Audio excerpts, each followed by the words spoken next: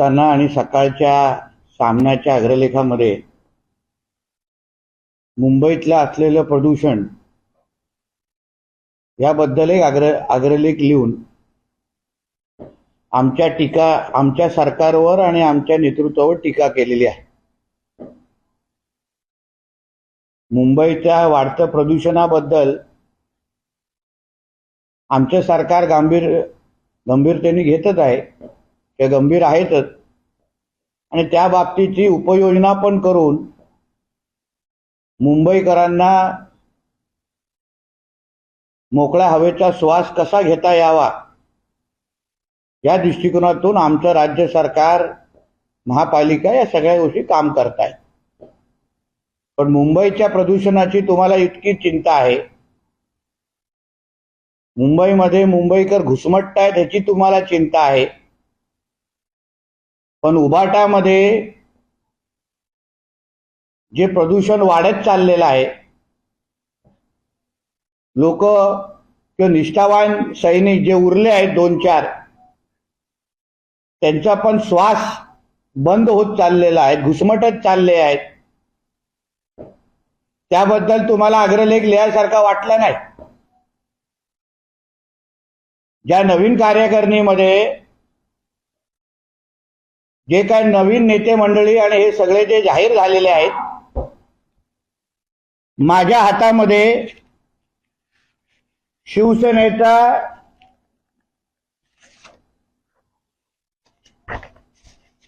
मूळ शिवसेनेचा कॉन्स्टिट्यूशन आहे आणि त्या कॉन्स्टिट्यूशन मध्ये कार्यकारिणी कशी जाहीर करावी, कोणी जाहीर करावी याबद्दलचे काही नियम कायदे आहेत. आता नियमाच्या अनुसार अगर चालत असलो तर अशी घरात बसून, मातोश्रीमध्ये बसून सामन्यामध्ये छापलेली कार्यकारिणी ही नियमबाह्य कार्यकारिणी आहे. अशा पद्धतीच्या कार्यकारिणीला शिवसेनेच्या मूळ या कॉन्स्टिट्यूशन मध्ये काही स्थान नाही. नियमबाह्य सरकार, घटनाबाह्य सरकार बोलणारे स्वतः नियमबाह्य संघटना चालवत आहेत, उरलेला पक्ष चालवत आहेत. कुत्र्याची शेपूट जसा कधीच सरळ होत नाही तसा उद्धव ठाकरेचा कारभार आहे. आता या मूळ कॉन्स्टिट्यूशन मध्ये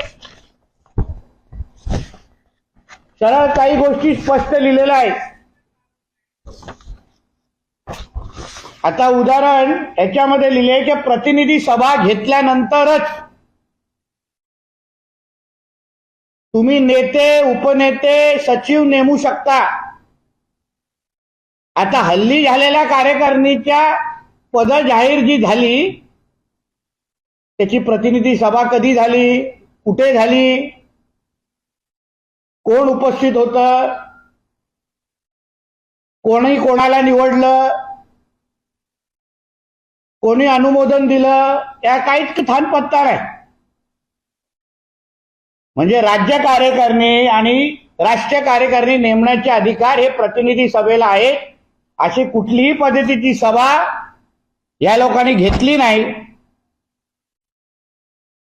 फक्त काँग्रेस आणि शरद पवारजींचा गट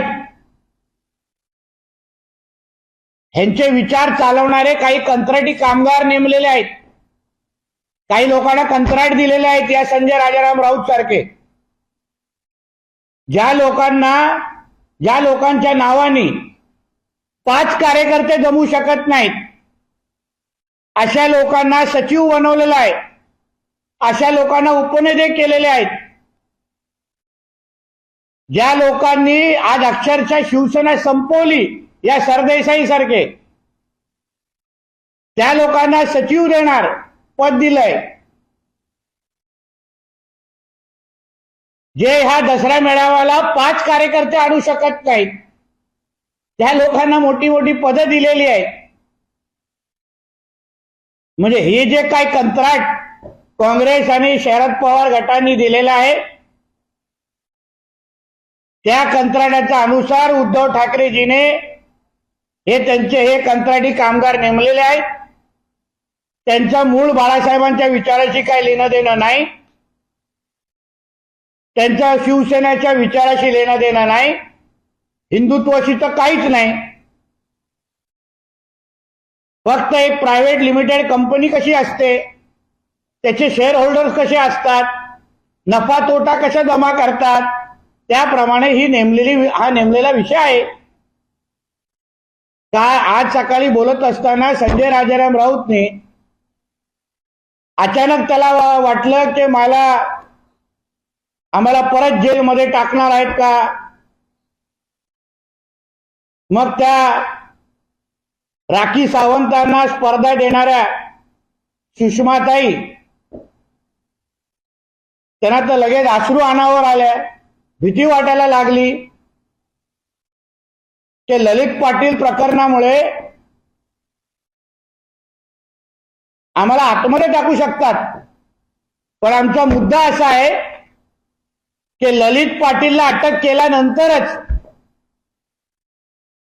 संजय राजाराम राऊतला असं का वाटतंय की त्याला जेलमध्ये जायला लागेल, असं काय बाहेर येणार आहे, ज्याचा थोडासा ट्रेलर काल आमच्या गृहमंत्री उपमुख्यमंत्री देवेंद्र फडणवीसजींनी दाखवला. अजून मुख्य चित्रपट दाखवायचा आहे. पण असं काय केलंय हे लोकांनी ज्याच्यामुळे ह्यांना वाटतं की ह्यांना कधीही अटक होऊ शकते. ललित पाटील कोणाच्या गाडीतून भांडूप ते नाशिक पर्यंत त्यांनी प्रवास केलेला, कोण त्याला घेऊन फिरायचा, ही सगळी माहिती आता हळूहळू बाहेर येणार. आणि म्हणूनच आता अटकेची भीती वाटायला लागली आहे. कधीही परत आर्थरोड जेलमध्ये जाऊन सकाळी 4 वाजता संडासासाठी भांडायला लागेल अशी वेळ परत येणार आहे. आणि म्हणून हा थैथयाट सुरू आहे. म्हणून आमच्या गृहमंत्र्यांवर टीका सुरू आहे. म्हणून हे मोर्चे काढले जात आहेत.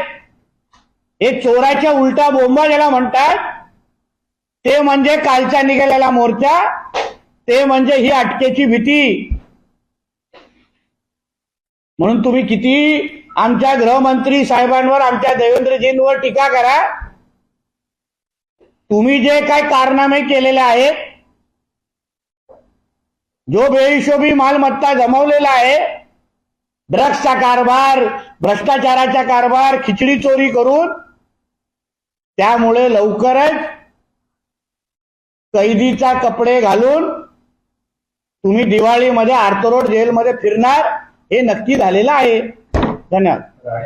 निष्ठावंतांचा दसरा मिळावा म्हणून ठाकरे गटाने हा एक टीजर प्रदर्शित केला आहे दसरा मेळाव्याचा. त्या टीजर मध्ये बाळासाहेबांचा काय आवाज विवाद आहे का? म्हणजे ती बाळासाहेबांची सेना नाही. मी एकनाथ शिंदे साहेबांचं टीजर पाहिलं, त्याच्यामध्ये तर थेट बाळासाहेब दिसत आहेत. म्हणजे उभाटा ह्याच्याशी बाळासाहेबांशी काही लेणं देणं नाही, ते स्वतः उद्धव ठाकरे म्हणतायत. आणि मग निष्ठावंतांना कार्यकारिणीमध्ये जागा दिली का? ते मातोश्रीच्याच निष्ठावंतांना तिथे जागा दिली. मग खरे निष्ठावंत आज कार्यकारिणीचे बाहेर, आणि ह्यांच्या चपला आणि भांडी धुणारे हे कार्यकारिणीच्या आत. हे यांच्या निष्ठावंतांचं विश्लेषण. नारायण राणेंना काहीतरी फोन करून धमकी मिळाल्याचं कोण बोललं तुम्हाला? काही बातमी प्रत्येक मलाही माहिती कुठे बातमी आली? असं ऐकवत आहे. बातमी कुठे आली सांगा ना मला. मग आता प्रश्नच विचार, मी उत्तरच देणार नाही, कारण हा प्रश्नाचा काय अर्थच नाही. राणे साहेबांना धमकी देणं या उगा देशामध्ये कोणाची हिंमत नाही. म्हणून उगाच चुकीच्या बातम्या आणि प्रश्न नको. 2 दिवसापूर्वी पत्रकार परिषद झाली होती, तेव्हा नारायण राणे असे म्हटले होते की कुणबी प्रमाणपत्राबाबत त्यांनी वक्तव्य केलं होतं. त्यानंतर जरांगे पाटील सुद्धा म्हटले की आपल्यातील लोक आपल्याला विरोध करतात, असे एक पत्रप्रवाह केला होता. काय नेमकं तुमचं उत्तर असेल? हे नेमकं समजून घ्या. हे राणे साहेबांनी जे मत व्यक्त केलं,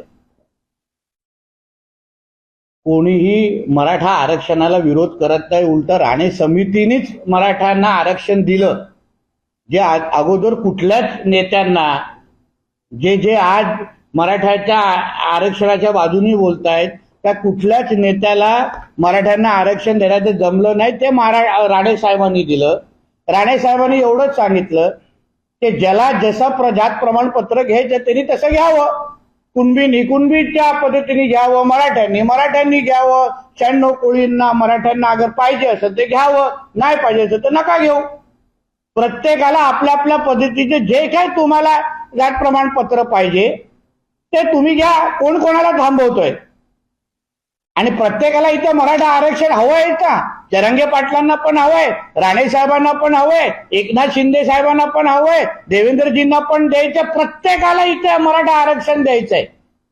फक्त राणे साहेबांच्या पत्रकार परिषदेनंतर आपापसात मराठे झुंजले कसे पाहिजेत, भांडणं कशी लागली पाहिजेत, यासाठी प्रयत्न होत आहेत, यासाठी हे अफवा पसरवले जात आहेत.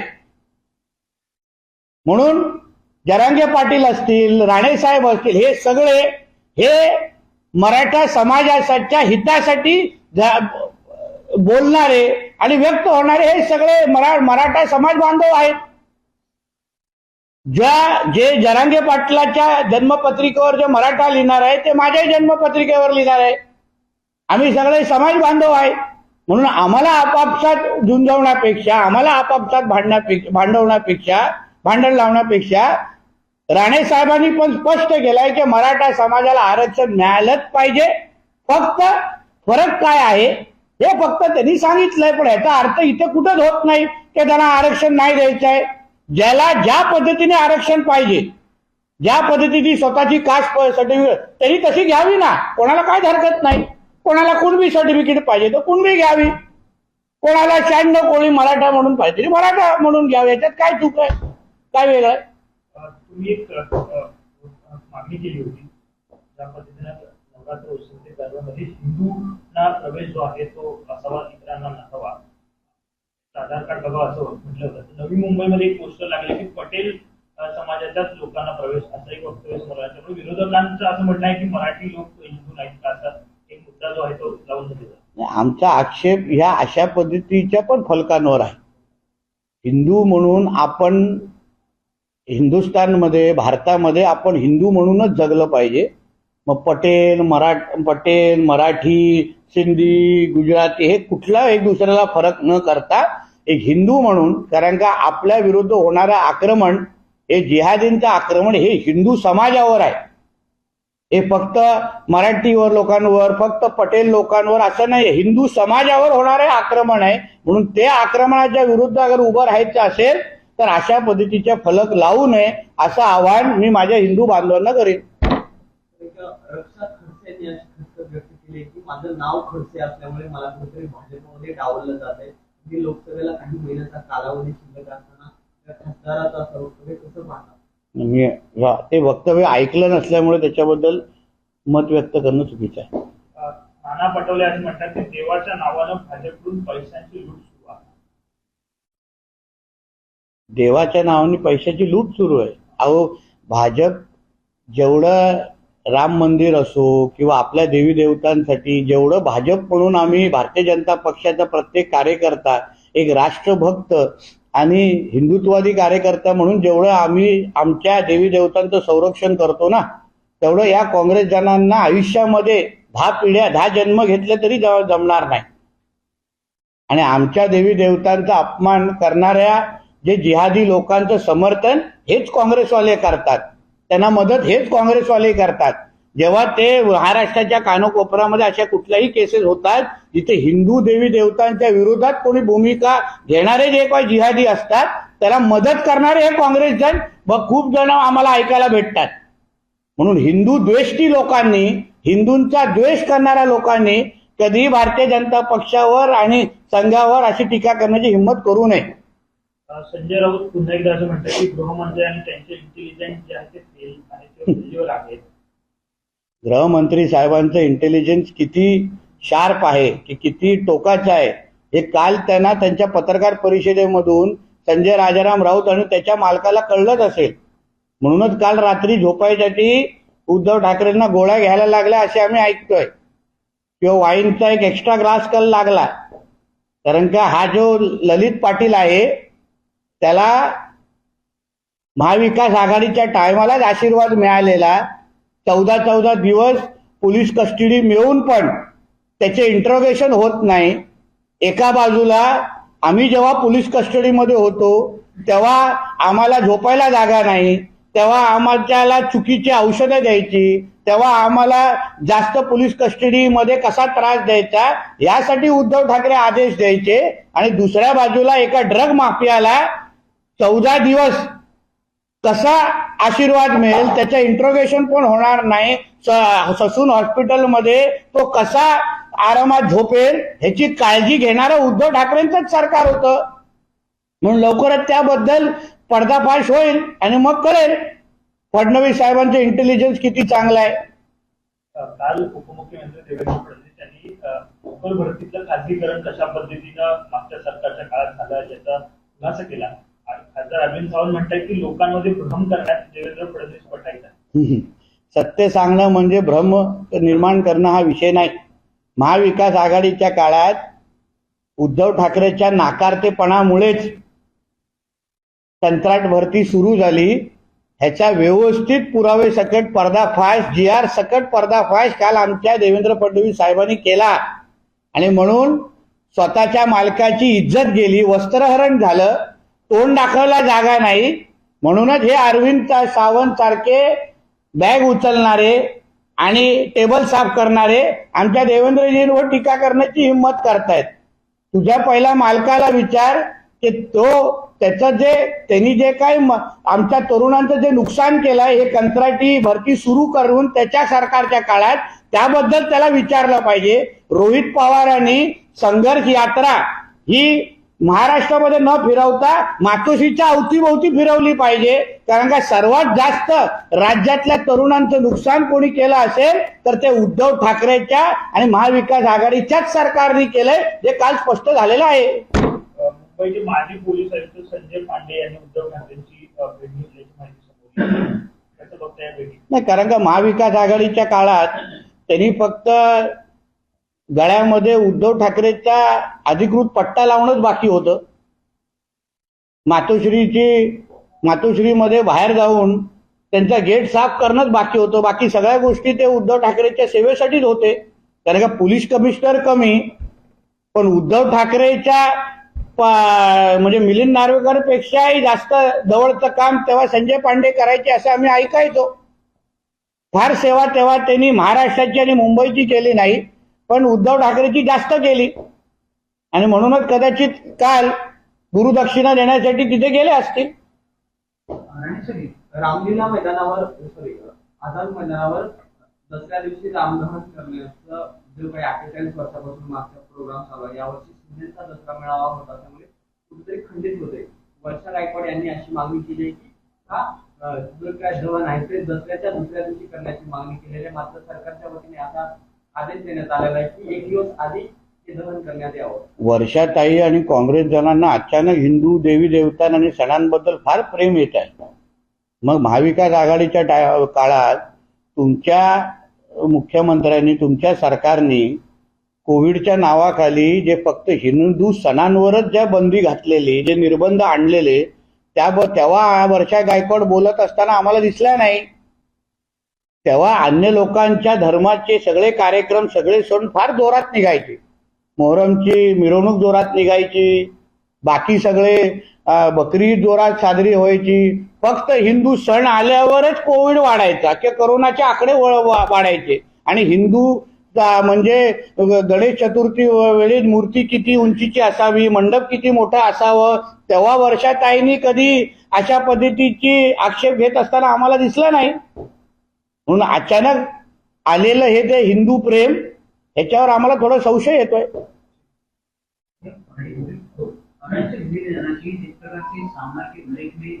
मुंबई का जिक्र किया है प्रदूषण का, कहा है कि मुंबई का प्रदूषण जो है दिल्ली से रखा, और साथ में ये भी लेख किया है कि केंद्र सरकार के बाद राज्य सरकार में महाराष्ट्र की वो केंद्र एजेंसी को क्यों करेगी. ऐसे है कि आज सुबह के सामना में जिस तरीके में मुंबई के प्रदूषण के बारे में लिखा है, मुंबई के प्रदूषण कम करने की जिम्मेदारी ये हमारे राज्य सरकार की पूरी तरीके से है. जितना काम आदित्य ठाकरे ने अपने नाइट लाइफ के प्रदूषण कम करने में जितना वक्त निकाला, उससे ज्यादा काम हमारी सरकार मुंबई के प्रदूषण कम करने के लिए काम कर रही है. इसलिए तो कल मुंबई के कमिश्नर ने, बीएमसी कमिश्नर ने एक डिसीजन लिया है कि कोई भी कंस्ट्रक्शन के वक्त कितना अगर पोल्यूशन करता हो तो उसको परमिशन हम देंगे नहीं। ये काम आदित्य ठाकरे और महाविकास आघाड़ी के सरकार के वक्त हुआ नहीं ऐसा निर्णय। और संजय राजाराम राउत ने मुंबई के प्रदूषण के बारे में सोचने के पहले उनके जो कई बची हुई जो शिवसेना है जिसको उबाटा कहते हैं, उसके अंदर जो बढ़ता हुआ जो प्रदूषण है, जिस तरीके से उनके जो कोई नए पोस्ट होल्डर्स को पद दिया गया है, नया नेता बनाए गए हैं, उपनेता बनाए गए हैं, और उसके वजह से जो प्रामाणिक निष्ठावान शिवसैनिक है वो जो बड़े पैमाने पे नाराज हुए हैं। शिवसेना की घटना मेरे पास है, कॉन्स्टिट्यूशन मेरे पास है। कोई भी इस तरीके की कार्यकारिणी कमिटी, प्रतिनिधि सभा, रिप्रेजेंटेटिव मीटिंग लेने के सिवाय आप अपॉइंट कर सकते नहीं। ये शिवसेना का कॉन्स्टिट्यूशन कहता है, जो मेरे आज हाथ में। अगर शिवसेना के कॉन्स्टिट्यूशन में अगर इस तरीके की परमिशन नहीं तो ये सारा इलीगल काम चल रहा है उबाटा के नाम पे। तो संजय राजाराम राउत ने पहले उसके उबाटा में जो चालू हुआ जो प्रदूषण है वो कम करना चाहिए, फिर मुंबई की जिम्मेदारी और महाराष्ट्र की जिम्मेदारी हम पे छोड़ दो, उसके लिए आपकी जरूरत नहीं है हमको। सर, परसों संजय राउत एक और आरोप लगाया कि दलित पार्टी को ड्रग्स माफिया गिरफ्तार ने उसको लेकर मैंने कहा कि महाराष्ट्र के कुछ मंत्री और कुछ विधायक, टोटल 6 लोगों ने नाम लिया था कि 6 विधायक जो है हफ्ता लेकर संजय राउत के बयान को आप किस तरह लेकर? देखिए, संजय राउत को आरोप करना है तो संजय राउत को उसको पुरावा प्रूफ भी देना चाहिए। आरोप करना है तो मैं ये भी कहूंगा ना कि दाऊद और उद्धव ठाकरे के बहुत अच्छे संबंध है। ड्रग, मुंबई का सारा ड्रग्स का पैसा हफ्ते के नाम पे मुंबई, जब भी उद्धव ठाकरे सीएम तभी उनके पास भेजा जाता था, उसकी भी चौकसी होनी चाहिए। हमने भी आदित्य ठाकरे के सुशांत सिंह और दिशा सालियान के मामले में काफी बार एलिगेशन किए हैं, प्रूफ के साथ एलिगेशन किए हैं। अब तो कोर्ट में वो मामला चालू हो गया है। आदित्य ठाकरे इतने डर गए हैं कि उन्होंने कैविएट दाखिल किया है। और मेरी ये भी मालूमात है, जिसको आप क्रॉस चेक करो, कि दशहरा के बाद आदित्य ठाकरे शायद देश छोड़ के जा सकते हैं अरेस्ट को टालने के लिए, क्योंकि उनको डर है कि सुशांत सिंह और दिशा सालियान के मामले में उनको अरेस्ट हो सकती है। इसे दशहरा मेलावे के बाद उनकी फ्लाइट की टिकट तैयार रखी गई है ताकि वो देश छोड़ के जा सकते हैं, क्योंकि उनको डर है कि जिस एंगल से वो कोर्ट में केस चालू है उनको कल अरेस्ट हो सकता है। इसलिए मैं संजय राजाराम राउत को कहूंगा कि ललित पाटिल को अरेस्ट होने के बाद ही उनको इतना क्यों लग रहा है कि वो खुद भी अरेस्ट हो सकते हैं? क्यों सुषमा जी उसके अरेस्ट के बाद ही रोना चालू कर रही है? इसका मतलब यही है कि चोर के दाढ़ी में तिनका है। उन्होंने एक और जिक्र किया है दलित पार्टी की गिरफ्तारी के, उन्होंने जिक्र किया कि अगर देवेंद्र फडणवीस दावा कर रहे कि दलित पार्टी जो है नासिक के मानसिक सूचना के चीफ थे, तो वो ये भी दावा करे जो 1992 में ब्लास्ट हुआ या ट्रेन ब्लास्ट हुआ, उसमें दाऊद और छोटा राजन बीजेपी के अध्यक्ष रहेंगे या सेक्रेटरी रहेंगे, ऐसा वो दावा कर रहे हैं। और ये भी कह रहे हैं कि कहीं ना कहीं बीजेपी होम मिनिस्टर की फेलियर भी है। संजय राउत जी ने जो 93 बॉम्ब ब्लास्ट के बाद जो दाऊद और छोटा शकील और अबू सालेम का जो नाम लिया है, उसका सही उत्तर अगर उनको ढूंढना हो तो तभी सेंट्रल गवर्नमेंट ने एक वोरा कमेटी रिपोर्ट निकाली थी। उस वोरा कमेटी रिपोर्ट में सब कुछ सच्चाई लिखी है जो संजय राउत ने पढ़नी चाहिए कि बॉम्ब ब्लास्ट में दाऊद के साथ किसके संबंध थे, कौन से कांग्रेस के लीडर दाऊद के टच में थे, किसको फोन कॉल आते थे। ये सारी की सारी मालूमात वोरा कमेटी के रिपोर्ट में है, जिसको संजय राउत ने पढ़ना चाहिए और फिर हमारे बीजेपी के लीडर्स के ऊपर आरोप करना चाहिए। क्योंकि जिस वोरा कमेटी के रिपोर्ट ने स्पष्ट लिखा है कि कौन से कांग्रेस के पॉलिटिशियंस के संबंध दाऊद के साथ थे, वो पढ़ने के बाद मुझे विश्वास है संजय राउत कभी भी बीजेपी और दाऊद का संबंध दिखाएंगे नहीं। इसलिए तो ललित पाटिल जब भी महाविकास आघाड़ी के टाइम पे अरेस्ट होता है तभी 14 दिन उसको पीसीआर दिया जाता है, और पीसीआर में उसका एक दिन भी इंट्रोगेशन होता नहीं है, और फिर उसको एमसीआर दिया जाता है। इसको बोलते हैं उद्धव ठाकरे की गवर्नमेंट और अनिल देशमुख होम मिनिस्टर। और जब भी हमारी महायुति की सरकार आई तो सिर्फ ललित पाटिल को अरेस्ट किया नहीं, उसके बाद उसका सही तरीके से इंट्रोगेशन चल रहा है, उसके साथ किसके किसके संबंध है, वो किसके किसके साथ भांडुप से लेके नासिक तक गाड़ी में गया है, ये सारे के सारे प्रूफ हमारे होम मिनिस्ट्री के पास है। कल तो हमारे देवेंद्र जी ने सिर्फ ट्रेलर दिखाया कि 14 दिन तुम इंट्रोगेशन भी कर नहीं सकते। जब भी असली पिक्चर रिलीज होगी तभी ये सारे के सारे जो आरोप करने वाले जो लोग हैं ना, वो सारे के सारे लोग आपको आर्थर रोड जेल में डांडिया खेलते हुए दिखेंगे। सर, हमने देखा था फडणवीस जी ने कल एक प्रेस कॉन्फ्रेंस में उन्होंने कहा कॉन्ट्रैक्ट भर्ती सिस्टम जो महाविकास आघाड़ी ने लागू किया उसको हम रद्द करते हैं। इस फैसले के बाद महाविकास आघाड़ी कई नेता जो है छोटा आरोप लगा रहे हैं, उनके इस आरोप को हालांकि अरविंद सावंत ने भी कई आरोप लगाए कि सरकार कहीं ना कहीं लोगों को भ्रम पैदा करने की कोशिश कर। और कल जो हमारे देवेंद्र फडणवीस जी ने जो पत्रकार परिषद ली उसमें जो डॉक्यूमेंट बताए वो तो गवर्नमेंट जीआर थे, वो तो उद्धव ठाकरे जब भी मुख्यमंत्री थे महाविकास आघाड़ी के वक्त के गवर्नमेंट जीआर थे वो। अभी वो गवर्नमेंट जीआर तो हम लोग झूठे नहीं दिखा सकते, सच्चाई का आधार लेके हमारे देवेंद्र जी ने कल जो जो सच्चाई बताई है, इसके वजह से इनका असली चेहरा कांग्रेस और ये जो कोई लोग हैं शरद पवार गुट के और ये जो उबाटा वाले, इनके सब लोग का वस्त्रण हो चुका है। ये सारे देश के सामने, महाराष्ट्र के सामने नंगे हो गए और इसलिए इनको हमको ऊपर बेचूर आरोप करना है। इनको अगर हिम्मत होगी तो उनको बोलना चाहिए कि जीआर फिर महाविकास आघाड़ी के वक्त क्यों निकाला, क्यों तभी कॉन्ट्रैक्ट पे आप लोग ने भर्ती शुरू की, उसका जीआर क्यों आज जैसे हम लोग ने हिम्मत दिखाई वो जीआर रद्द करने की, वो उद्धव ठाकरे के गवर्नमेंट ने क्यों नहीं दिखाई वैसी हिम्मत। यही फर्क है। तो महाराष्ट्र के अध्यक्ष कांग्रेस के अध्यक्ष नाना पटेल ने आज सुबह प्रेस कॉन्फ्रेंस किया, दलित पार्टी पर उन्होंने मुद्दा उठाया कि बीजेपी कई सारी चीजों को छुपाना चाहती है, इसलिए इनको गिरफ्तार करके साथ ही उन्होंने ये भी कहा है कि बीजेपी जो है हिंदू देवताओं के या मंदिर को आड़ के पैसे कमाते, मतलब लोगों से पैसे आएंगे। पहला प्रश्न जो है कि अगर ललित पाटिल को हमको छुपाना होता, भगाना होता, तो हम उद्धव ठाकरे के सरकार जैसे उसको 14 दिन उसको पीसीआर में रखते और उसका इंट्रोगेशन भी नहीं करते। हम जैसे लोगों को तभी अरेस्ट उद्धव ठाकरे गवर्नमेंट ने किया था, तभी हम जब भी पीसीआर में थे तभी हमको खाना वक्त में दिया नहीं जाता था, सोने नहीं दिए जाते थे, तभी हमको गलत तरीके से इंजेक्शन देके मार डालने की भी कोशिश हुई है। मगर वीआईपी ट्रीटमेंट किसको मिल रहा था तभी? ललित पाटिल को। पर हमारी सरकार आने के बाद जो ये कांग्रेस और शरद पवार गुट और ये जो उबाटा के नेताओं की जो सच्चाई बाहर आ रही है ना, इसलिए तो संजय राउत को डर लग रहा है कि वो जेल वापस जा सकता है। इसलिए तो सुषमा अंधारी जी को बिना ग्लिसरीन के आंसू बाहर आ रहे।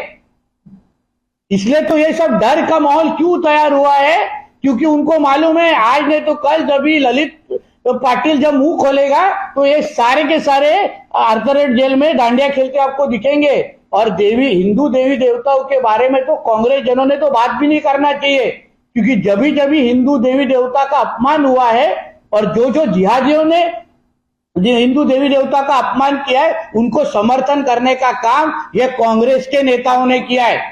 आप कर्नाटक में हालत देखो, कर्नाटक में जो हिंदू मंदिरें हैं उसके बाहर जब भी पाकिस्तान जिंदाबाद के नारे दिए जाते हैं तभी उनको अरेस्ट करते नहीं है। जब भी महाराष्ट्र में इनकी जब सरकार थी तभी हमारे कोई भी हिंदू फेस्टिवल मनाने की इनको ये लोग परमिशन देते नहीं थे कोरोना के नाम पे। मगर दूसरी तरह इनके मोहर्रम, ईद ये बहुत बड़े पैमाने पे सेलिब्रेट करते थे। इसका अर्थ ही है कांग्रेस ये हिंदू द्वेषी पार्टी है, इनको हिंदुओं के खिलाफ इनकी पार्टी है, इनको सिर्फ जिहादियों के हिसाब से इनको हमास का समर्थन करने वाली ये कांग्रेस पार्टी है।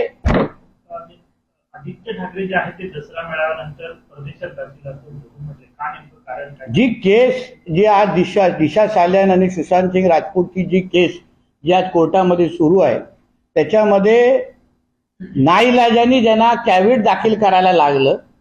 म्हणजे एवढ्या वर्षापासून आम्ही बोलतोय की आदित्य ठाकरेचं नाव आहे आणि हे बोलतायत की त्याच्यात काहीच नाहीये, मग आदित्य ठाकरेला कॅव्हिट का दाखल करायला लागलं? अगर ती आत्महत्या होती, अगर ती हत्या नव्हती, मग कॅव्हिट का दाखल केली?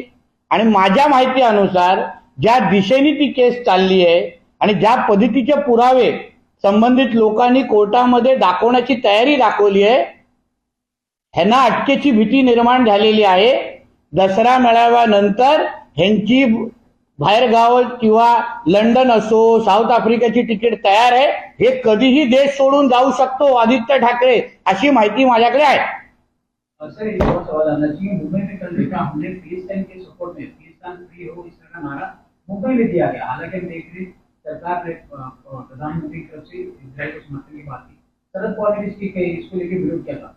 कल के प्रदर्शन को लेकर आप किस तरह से देख रहे हैं? हालांकि कई हजारों की संख्या में लोग इकट्ठा होते हैं। पैलेस्टाइन और हमास के जो समर्थन करेंगे हमारे देश में, भारत देश में, उनको हमास के पास ही भेजना चाहिए। उनको यहां रहने का अधिकार नहीं है।